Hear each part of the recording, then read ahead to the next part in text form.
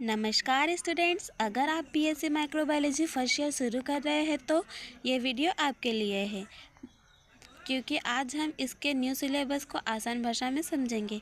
अगर आप चैनल पर नए हो तो चैनल को सब्सक्राइब करना ना भूलें और बेल आइकन को ज़रूर क्लिक करें ताकि चैनल पर आने वाली जो भी नोटिफिकेशन हो सबसे पहले आप तक ज़रूर पहुँचे। तो चलिए इस वीडियो को शुरू करते हैं। पहला क्या है, सिलेबस के बारे में। जनरल माइक्रोबायोलॉजी हमारा सब्जेक्ट है, ठीक है। इसकी फर्स्ट यूनिट क्या है, वैदिक माइक्रोबायोलॉजी। तो चलिए बिना देरी किए वीडियो को शुरू करते हैं। हमारा जो माइक्रोबायोलॉजी सब्जेक्ट है उसकी फर्स्ट यूनिट क्या है, वैदिक माइक्रोबायोलॉजी। वैदिक माइक्रोबायोलॉजी से मतलब होता है कि वैदिक माइक्रोबायोलॉजी का मतलब होता है, सबसे पहले वैदिक का मतलब होता है वेदों से रिलेटेड, और माइक्रोबायोलॉजी का मतलब होता है सूक्ष्म जीव विज्ञान। यानी कि वेदों में जो सूक्ष्म जीवों के बारे में बताया गया है उसके बारे में हमें पढ़ना है। सूक्ष्म जीवों से होने वाले रोग, उसके कारण, लक्षण, उपचार जो भी होगा वो हम इस यूनिट के अंदर पढ़ेंगे। पहला क्या टॉपिक रहेगा हमारा, इंट्रोडक्शन एंड इम्पोर्टेंस। यानी कि वैदिक माइक्रोबायोलॉजी का इंट्रोडक्शन हम देखेंगे और इसकी क्या भूमिका, इसका क्या महत्व है वो हमें पढ़ना है। दूसरा टॉपिक है microbiology in Vedas and human health. यानी कि वेदों में माइक्रोबायोलॉजी का क्या महत्व है, मानव स्वास्थ्य के लिए क्यों उपयोगी है, माइक्रोबायोलॉजी इम्पोर्टेंट है, ये हमें डील करना है। तीसरा पॉइंट है Indian fermented food and beverages from the Vedic period to the present time. यानी कि वैदिक काल से लेकर वर्तमान समय तक फर्मेंटेड फूड्स और बेवरेजेस के बारे में हमें पढ़ना है। अभी तक क्या क्या चेंजेस हुए हैं, क्या उसमें हमें और ऐड करना चाहिए, जो चेंजेस हुए हैं वो सही तरीके से हुए, इन सब के बारे में हमें पढ़ना चाहिए और क्यों चेंज हुआ है, ठीक है। फोर्थ टॉपिक है प्रोबायोटिक्स एंड प्रीबायोटिक्स इन आयुर्वेदा। यानी कि आयुर्वेद में प्रोबायोटिक्स और प्रीबायोटिक्स के क्या काम होते हैं, प्रोबायोटिक्स प्रीबायोटिक्स क्या होते हैं, इनके बारे में हमें पूरा पढ़ना है। पांचवा टॉपिक है Indian traditional knowledge and global historical background of microbiology. यानी कि माइक्रोबायोलॉजी का भारतीय पारंपरिक ज्ञान और वैश्विक इतिहास की भूमिका के बारे में हमें पढ़ना है। ये थी इसकी फर्स्ट यूनिट। इसका जो दूसरा यूनिट है वो है हिस्टोरिकल डेवलपमेंटल ऑफ माइक्रोबायोलॉजी। यानी कि माइक्रोबायोलॉजी का विकास किस प्रकार से हुआ है, इसका इतिहास के बारे में हमें पढ़ना है। तो पहला टॉपिक है theory of spontaneous generation, biogenesis and abiogenesis. यानी कि हमें स्पॉन्टेनियस जनरेशन की थ्योरी के बारे में पढ़ना है, बायोजेनेसिस और अमीबियोजेनेसिस होता क्या है, इनके क्या सिद्धांत है, क्या महत्व है, इन सब की स्टडी करनी है। दूसरा टॉपिक है contribution of Antonie van Leeuwenhoek, Louis Pasteur, Robert Koch, Joseph Lister, Edward Jenner, Alexander Fleming, Martinus Beijerinck, सेगई विनोग्रोड्स्की और मेटेक्नी क्रॉफ का क्या योगदान था माइक्रोबायोलॉजी के क्षेत्र में। यानी कि जब इन्होंने माइक्रोबायोलॉजी को जाना समझा तो उस दौरान माइक्रोबायोलॉजी कैसा था, धीरे धीरे विकास के तौर पे इन्होंने क्या योगदान दिया था, इनकी क्या भूमिका रही जिसकी वजह से माइक्रोबायोलॉजी आज इतना विस्तार रूप से फैला हुआ है, ठीक है। तीसरा इसका जो टॉपिक है वो है contribution of Indian scientist in the field of microbiology. यानी कि माइक्रोबायोलॉजी के क्षेत्र में भारतीय वैज्ञानिकों का क्या योगदान रहा। अब आती है यूनिट 3 माइक्रोबायोलॉजी की थर्ड यूनिट, क्लासिफिकेशन सिस्टम।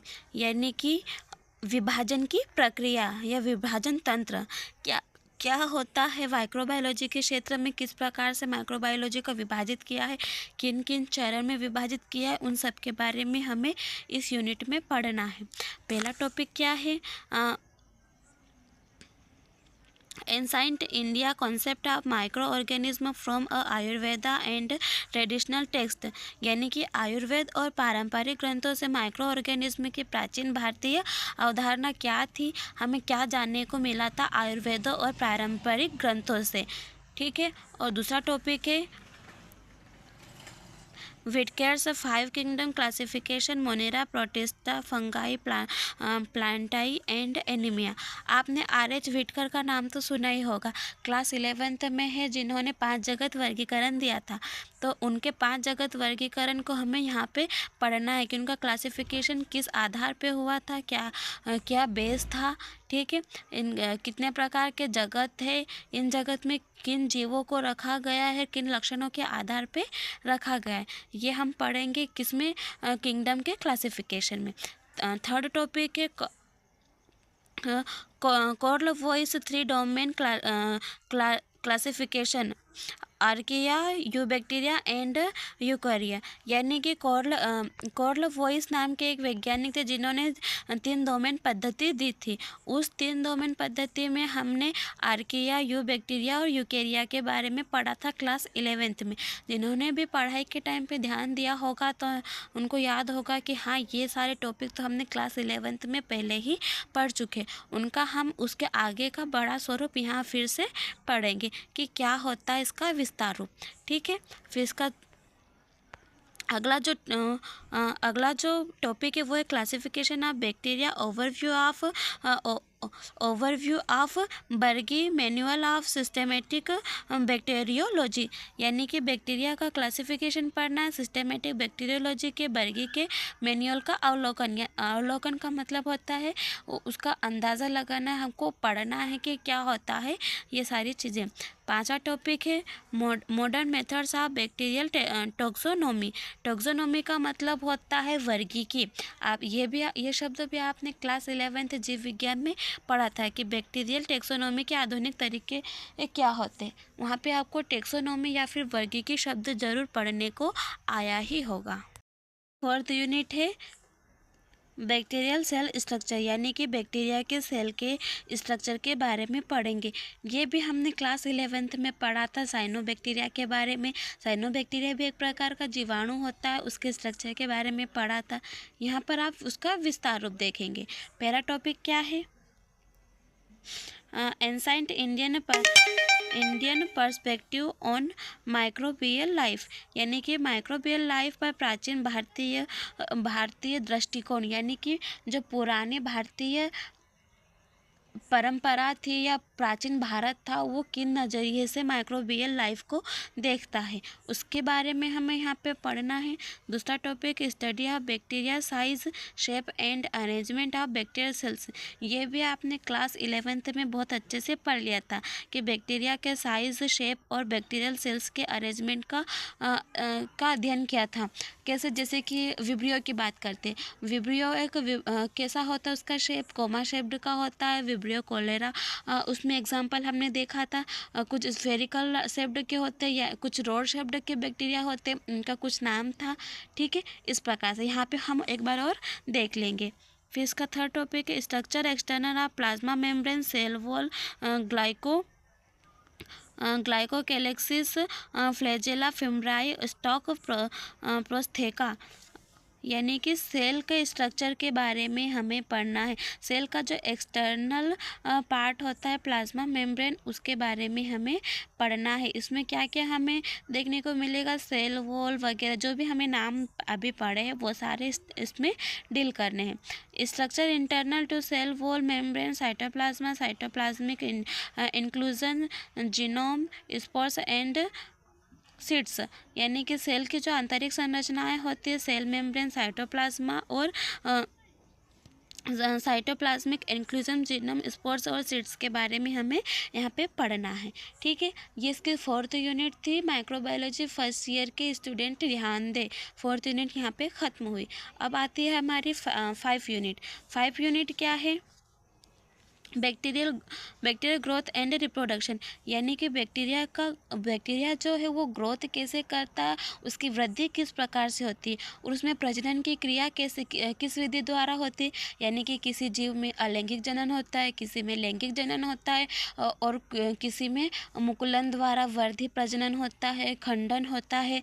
इस प्रकार से जनन की विधि उनमें होती है। तो हम देखेंगे कि विभिन्न प्रकार के बैक्टीरिया में किस प्रकार से रिप्रोडक्शन की प्रोसेस होती है। पहला टॉपिक है बैक्टीरियल ग्रोथ। बैक्टीरियल ग्रोथ में क्या आ जाएगा, logarithmic representation of bacterial population, phase of growth, calculation of generation time and specific growth rate, techniques of measurement of bacterial growth, factors affecting bacterial growth। यानी कि हमें क्या क्या देखने को मिलेगा। पहले तो बैक्टीरिया के पॉपुलेशन के बारे में कि बैक्टीरिया अपने पॉपुलेशन को किस प्रकार से रिप्रेजेंट करता है, बैक्टीरिया का फेज कितने फेजेस होते हैं, ठीक है, उनकी जनरेशन का टाइम क्या होता है, इनमें जो ग्रोथ होती है, ग्रोथ की जो रेट होती है उनकी क्या स्थिति रहेगी, बैक्टीरियल ग्रोथ का मेज़रमेंट हम किन तकनीकों के द्वारा करेंगे, बैक्टीरियल ग्रोथ को ऐसे कौन से कारक है जो अफेक्ट करते हैं, ठीक है, ये सारे हम डील करेंगे। पहला टॉपिक था। दूसरा टॉपिक है reproduction in bacteria, binary fusion, budding and fragment. यानी कि बैक्टीरिया में किन किन विधि द्वारा रिप्रोडक्शन होता है। पहला है बाइनरी फ्यूजन और दूसरा है बडिंग और फ्रेगमेंटेशन और तीसरा है traditional Indian concept of microbiology growth and reproduction. यानी कि माइक्रोबायोलॉजी ग्रोथ रिप्रोडक्शन में भारतीय परंपराओं की क्या अवधारणा रही है, ये सब हमें इसमें डील करना है। ये थी इसका सिलेबस।